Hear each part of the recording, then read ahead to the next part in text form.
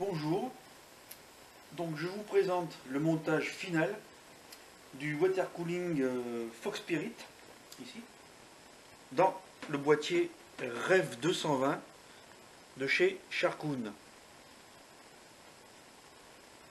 Alors, on peut remarquer que, comme j'avais de la place, j'ai remis un ventilateur RGB d'origine à l'arrière. Donc après, le ventilateur water cooling, je l'ai branché à la carte mère. La pompe water cooling, je l'ai branché aussi à la carte mère. Ensuite, j'ai branché mes ventilateurs boîtiers sur les prises de la carte mère qui sont dédiées à ça. J'ai monté la carte graphique, donc vous voyez, elle est en position verticale. Et tout l'intérêt de ce boîtier, vous pouvez le voir ici, c'est qu'en fait, toutes les sorties arrière se retrouvent dessus et donc elles sont extrêmement accessibles. C'est une grosse force de cet agencement. Moi je trouve que c'est... il n'y a pas mieux comme format de boîtier.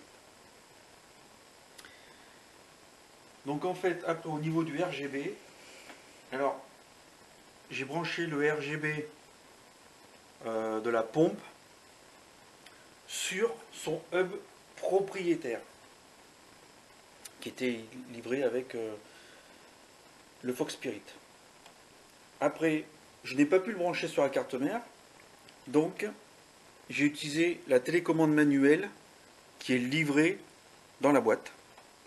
Et la télécommande, elle est tout simplement reliée à une source d'alimentation au format SATA. Ensuite, pour le mode RGB des ventilateurs de boîtier, eh bien, j'ai utilisé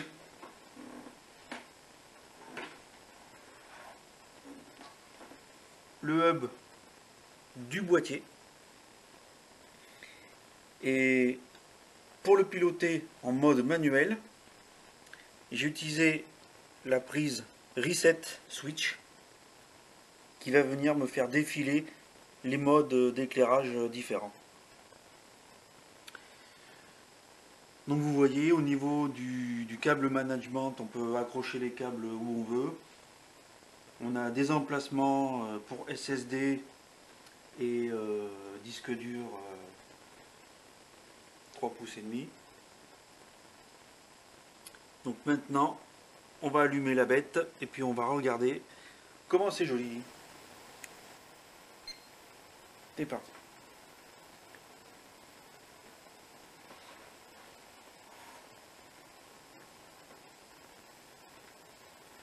Donc à l'aide de la télécommande de la pompe, si je veux, je peux éteindre les ventilos.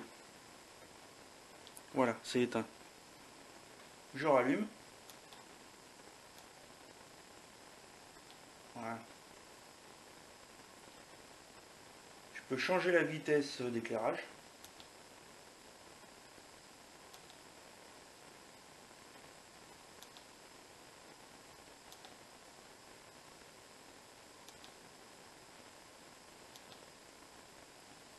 Et je peux faire défiler les modes d'éclairage.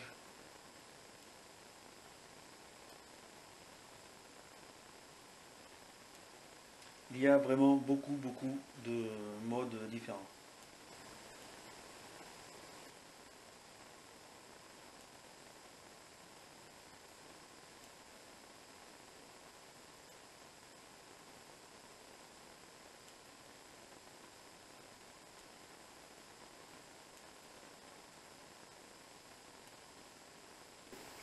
J'utilise donc mon bouton Reset.